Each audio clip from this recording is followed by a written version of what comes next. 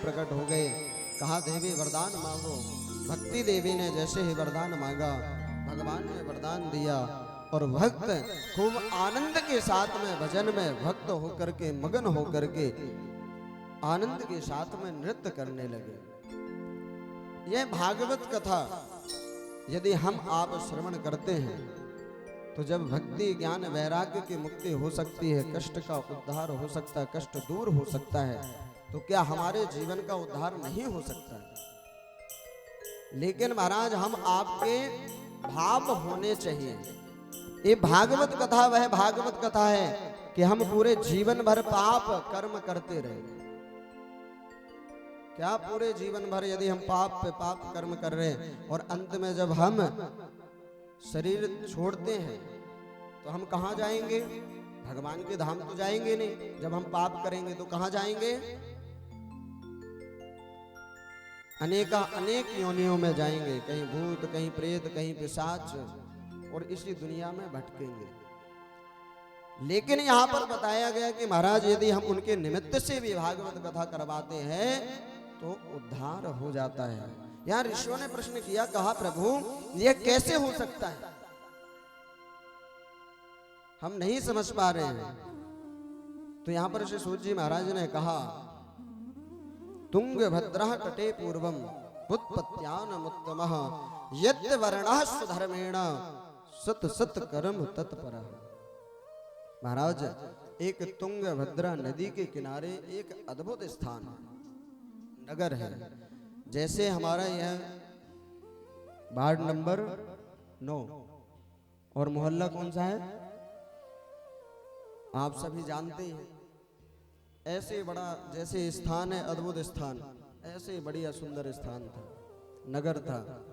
वहां पर सभी प्रकार के लोग बाग रहते थे और वहीं पर एक ब्राह्मण परिवार रहता था। और हम आपके जैसे साधारण नहीं महाराज कि जब मन हुआ तब भगवान की भक्ति कर ली और जब मन नहीं हुआ तो नहीं की। जीवन में हमारे सुख आ गया तो हमने खूब मेहनत की इसलिए सुख आया, और जब दुख आ गया तो परमात्मा को कोसने लगे। ऐसे लोग नहीं रहते थे। भगवान के भक्त रहते थे, ब्राह्मण देवता रहते थे, और उन ब्राह्मण देवता का नाम था आत्मदेव। इस कथा को हम आप सभी जानते हैं। आत्मदेव महाराज साधारण ब्राह्मण नहीं थे, त्रिकालदर्शी। 3 समय संध्या वंदन करते थे, नित्य प्रतिदिन हवन करते थे, पूजन पाठ करते थे। हम सभी का कर्म है, हम सभी को गाय सेवा करनी चाहिए, हम सभी को भगवान की सेवा करनी चाहिए।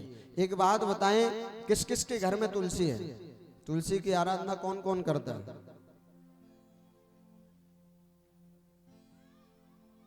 और गाय सेवा? हम आप सभी को गाय की सेवा अवश्य करनी चाहिए। पहली रोटी किसके लिए निकाली जाती है और लास्ट में है? और आज के जमाने में पहली रोटी किसको मिलती है? किसको दी जाती है?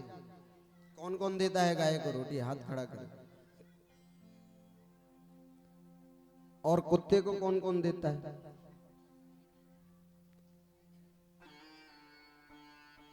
लेकिन आज के जमाने में महाराज ये नहीं होता है। होता है आचार्य?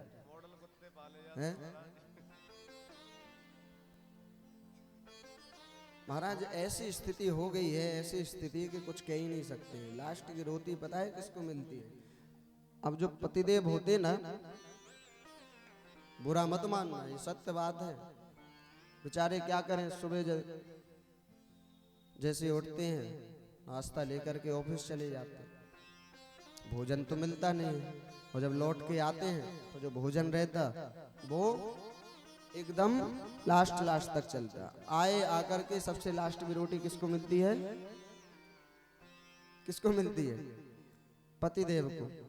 फिर वो बेचारे पतिदेव कैसे रहते हैं अब हम आप क्या बताएं, सब जानते हैं। ये स्थिति है हमारा। महाराज पहले घर के बाहर लिखा जाता था, श्री लक्ष्मी जी सदा सहायता करें, शुभ लाभ, श्री गणेशाय नमः। और आज के समय में बड़ी विचित्र स्थिति है महाराज, बड़ी विचित्र स्थिति। यही सब जो आज के समय में घटित हो रहा है, यही सब भागवत पुराणों में संत महात्मा गुरुजन पहले लिख करके गए कि कलयुग में यह स्थिति होगी।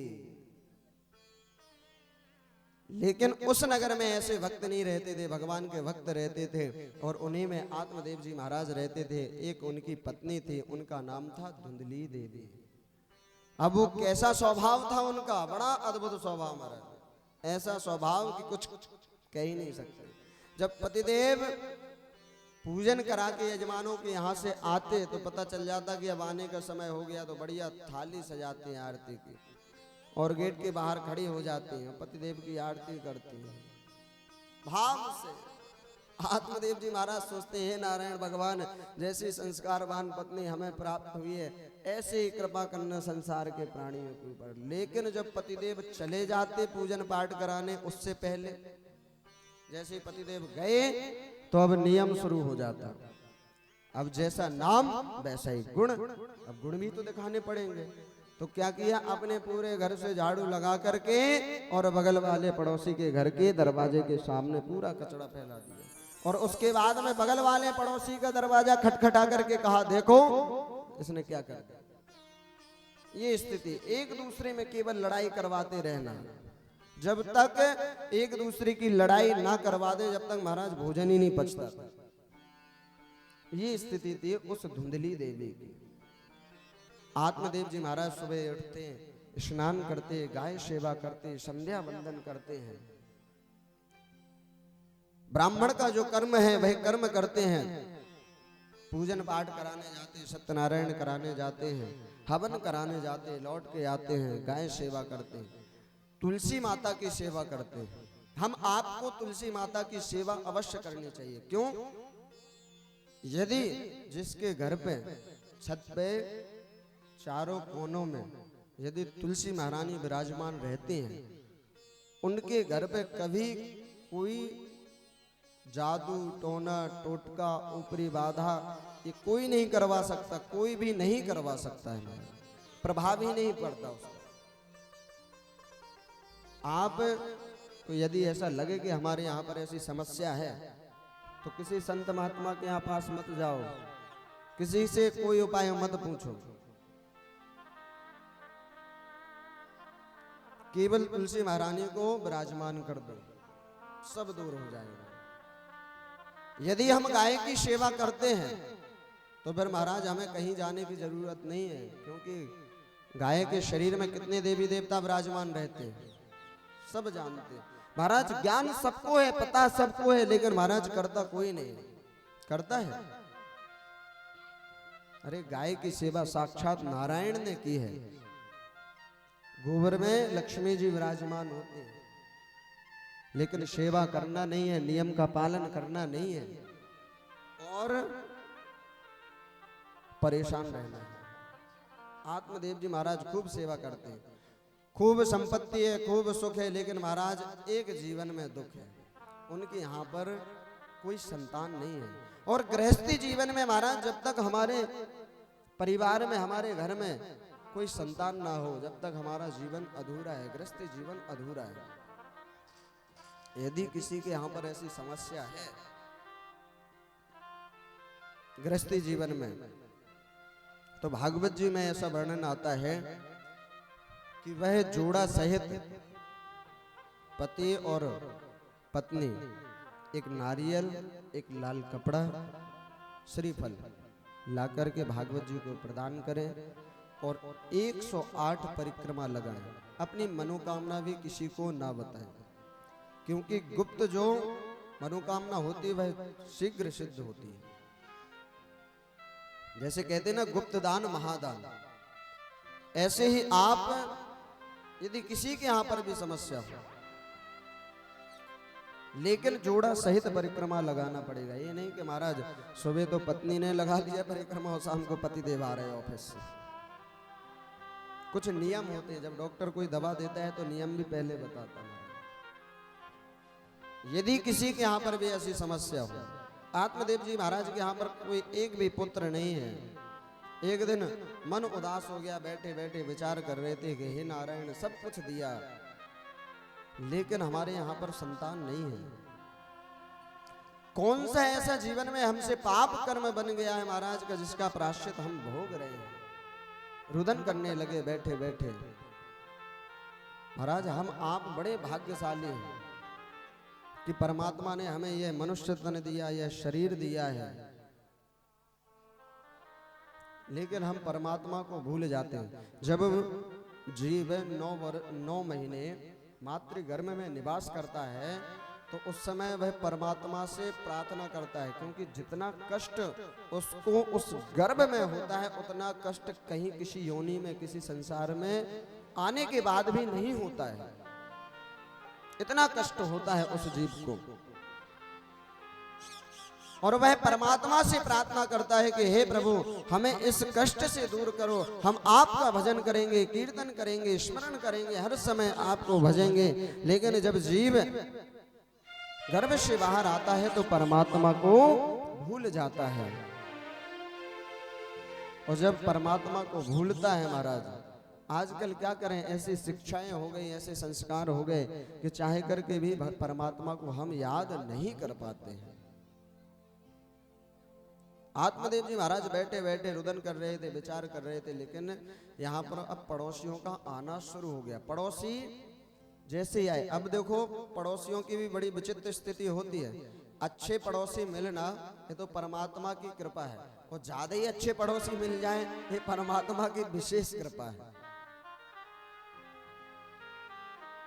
अब पड़ोसियों ने देखा कि आत्मदेव जी महाराज का जीवन बढ़िया एकदम आनंदित होकर के जीवन जी रहे हैं, तो पड़ोसी आए, आकर के आत्मदेव जी से निवेदन करने लगे। कहा महाराज हमारे यहाँ पर सत्यनारायण कथा हो रही है, आप तो ब्राह्मण देवता हैं, आप गाय की सेवा करते हैं, कृपया यदि हमें दूध मिल जाएगा तो हम ठाकुर जी को भोग लगा दें। उनको पता था कि इनके यहाँ पर गाय है पर वह बांझ है, उसके न बछड़ा न बचिया कुछ नहीं है, लेकिन पड़ोसियों ने आना जाना शुरू कर दिया। आत्मदेव जी महाराज ने कहा भैया हम गाय की सेवा अपने हाथ से करते हैं, खुद स्वयं करते हैं, लेकिन जिस गाय की सेवा करते हैं महाराज वह गाय बांझ हो जाती है, जिस हम वृक्ष में जल देते हैं वह वृक्ष सूख जाते हैं, तुलसी सूख जाते हैं। पड़ोसियों ने कहा महाराज दूध नहीं है तो हमें तुलसी दल ही दे दें। कहा तुलसी भी है लेकिन वह भी सूखी हुई है। कहा आपके यहाँ पर कोई बालक नहीं दिखाई दे रहा, कोई संतान नहीं दिखाई दे रही है। कहा महाराज क्या करें, इसी बात का तो रोना है, हमारे यहाँ कोई संतान नहीं है। जैसे ही सुना पड़ोसियों ने अब तो ताने देना पड़ोसियों ने शुरू कर दिया। कहा तुमने कोई जीवन में ऐसा पाप कर्म किया महाराज, ऐसा पाप कर्म का जिसका आज प्रायश्चित तुम भोग रहे हो। बेचारा पहले से दुखी था और पड़ोसियों ने आकर के और दुखित कर दिया। आत्मदेव जी बैठे बैठे विचार कर रहे हैं कि अब तो हम इस घर को छोड़ करके ही चले जाएंगे। अरे महाराज जब संतान ही नहीं है तो यह गृहस्थी जीवन किस काम का है। खाली हाथ आए थे और खाली हाथ ही जाना है, कोई लेकर के ना आता है ना लेकर के जाता है। लेकिन गृहस्थी जीवन में महाराज संतान सुख होना चाहिए। आत्मदेव जी महाराज ने सोचा कि हम इस वैभव का क्या करेंगे जब संतान ही नहीं है। आत्मदेव जी महाराज रुदन करते करते और मन में विचार बना लिए कि अब हम जाकर के परमात्मा का भजन करेंगे, सब कुछ छोड़ देंगे, त्याग कर देंगे। और आत्मदेव जी महाराज चल दिए। चलते चलते सीधे वन में पहुंचे, जाकर के एकांत में एक वृक्ष के नीचे बैठ करके भजन करने लगे, रुदन कर रहे हैं। लेकिन जंगल में कौन रहता है, या तो जानवर या एकांत में कहीं ना कहीं संत महात्मा विचरण करते हैं, भक्त विचरण करते हैं। वहीं से एक महात्मा जी निकलते हुए जा रहे थे। महात्मा जी ने देखा कि इस वृक्ष के नीचे कोई ब्राह्मण बैठा है, रुदन कर रहा है। महात्मा देख करके पास में गए और आत्मदेव जी से कहने लगे, कथम रोदिसि विप्रत्वं आते चिंता बलिर्यशी। अरे महाराज क्यों रो रहे हो? आप तो कोई ब्राह्मण मालूम पड़ते हो महाराज। एकांत जंगल में बैठ करके वृक्ष के नीचे बैठ करके आप रुदन कर रहे हो, रोने का कारण क्या है? जैसे ही महात्मा ने उस ब्राह्मण से पूछा, ब्राह्मण आत्मदेव रुदन करते हुए बोलने लगे, प्रभु क्या बताएं, संसार के प्राणियों को दुख बताते हैं तो वह सुन तो लेते हैं लेकिन बाद में कष्ट देते हैं।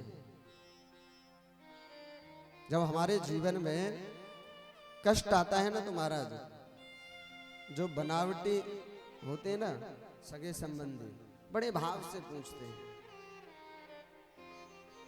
और सब कुछ पूछने के बाद में महाराज ऐसा ताना मारते हैं, ऐसा मारते हैं महाराज कि ऐसे लगता है कि तुरंत इस शरीर को त्याग कर दे, त्याग दे। दुख में सुमिरन सब करे, सुख में करे न कोई, जो सुख में सुमिरन करे तो दुख काहे को। हम आप के जीवन में जब दुख आता है तो हम परमात्मा को याद करते हो, जब सुख आता है तो परमात्मा को भूल जाते हैं। और जब हमारे जीवन में सुख आता है तो महाराज बड़े बड़े दूर के रिश्तेदार भी एकदम सगे बन जाते हैं, बिल्कुल एकदम सगे। और जब कष्ट आता है तो सगा भाई भी परिचय नहीं देता है महाराज कि ये हमारा भाई है। जब कोई ज्यादा पढ़ लिख जाता है, बाहर पढ़ लिख करके आ जाता है, अच्छी जॉब करता है और उसके माता पिता का भी उसको परिचय देने में शर्म आती है, यह स्थिति हो जाती है। आत्मदेव जी महाराज यहाँ पर बैठ करके रुदन कर रहे हैं। महात्मा ने निवेदन किया कि महाराज क्यों रो रहे हो, क्या रोने का कारण है? महात्मा ने सोचा हो सकता है भगवान को प्राप्त करने के लिए रो रहा है ब्राह्मण, भगवान का भजन कर रहा है। लेकिन आत्मदेव महाराज ने जैसे कहा कि प्रभु हमारे पास में सब कुछ है लेकिन हमारे यहाँ पर कोई संतान नहीं है, इसलिए हम रुदन कर रहे हैं, रो रहे हैं कि हे नारायण हमें कौन से ऐसे पाप कर्म को भोगना पड़ रहा है, कब हमारे जीवन में कृपा होगी। महात्मा झूठे से ही हंसने लगे, अरे ब्राह्मण देवता तुम तो चारों वेदों के जानकार हो, शास्त्रों के जानकार हो और यहाँ जंगल में आकर के संतान के सुख के लिए रो रहे हो। अरे तुमको तो रोना चाहिए कि परमात्मा हमें प्राप्त हो जाए, परमात्मा का भजन कर सके। अरे इन संसार के प्राणियों के लिए क्या रोना? महाराज यदि तुम्हें पुत्र प्राप्त हो गया तो परमात्मा की विशेष कृपा, और यदि महाराज तुम्हें पुत्र प्राप्त नहीं हुआ तो ये समझो कि परमात्मा को ही अपना बालक मान करके उनकी सेवा करो, आराधना करो। और यदि पुत्र प्राप्त हो गया हो, वह पुत्र कुपुत्र हो गया तो फिर क्या होता है? आजकल की स्थिति महाराज जब हम देखते हैं ना घरों में जाकर के, बड़ा दुख होता है। बेचारे जो माता पिता रात दिन मेहनत करते हैं, रात दिन ये कर देते हैं कमा कमा करके, छोटे छोटे से काम करते हैं, गांव गांव में जाकर के साइकिलों पे सामग्री रख करके बेचते हैं, अपने पुत्रों को पढ़ाते लिखाते हैं, संस्कार देते हैं, और उसके बाद में वही पुत्र उनका क्या हाल करते हैं वो तो परमात्मा ही जानते हैं। ऐसा बनावटीपन इस संसार में, ऐसा बनावटीपन महाराज कहीं देखने के लिए नहीं मिलता। माता पिता रात दिन मेहनत करते हैं, खूब पढ़ाते हैं, और जब बालक अच्छे पैसे वाले बन जाते हैं, अच्छी नौकरी लग जाती है, तो अपने माता पिता को ही सबसे पहले कहां भेजते हैं? कहां भेजते हैं? जोर से बोलो। वृद्धाश्रम, अनाथालय। आज जाकर के वृंदावन में स्थिति देखें आप। अरे हम कह रहे महाराज वृंदावन नहीं, किसी भी तीर्थ स्थलों में जाकर के देखें। ये बात कड़वी है लेकिन सत्य है महाराज। जिस पे जितना ज्यादा पैसा होता है ना, उन्हीं के माता पिता सबसे पहले वहां मिलते हैं, सबसे पहले। क्योंकि बेचारे गरीब के पास में तो इतना भी नहीं होता कि वो किराया दे दे और वहां चले जाए।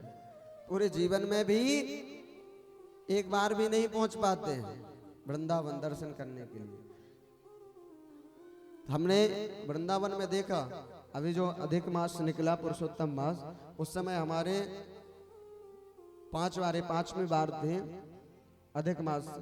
हमारे सभी परिकर दंडवती परिक्रमा लगाते हैं वृंदावन की, और दंडवती परिक्रमा में एक स्थान पड़ता है, आप सभी उस स्थान से बहुत अच्छे से परिचित हैं। कौन सा? गौरी गोपाल आश्रम, सब जानते महाराज। और महाराज सेवा भी बहुत भाव से करते हैं, खूब सेवा करते हैं।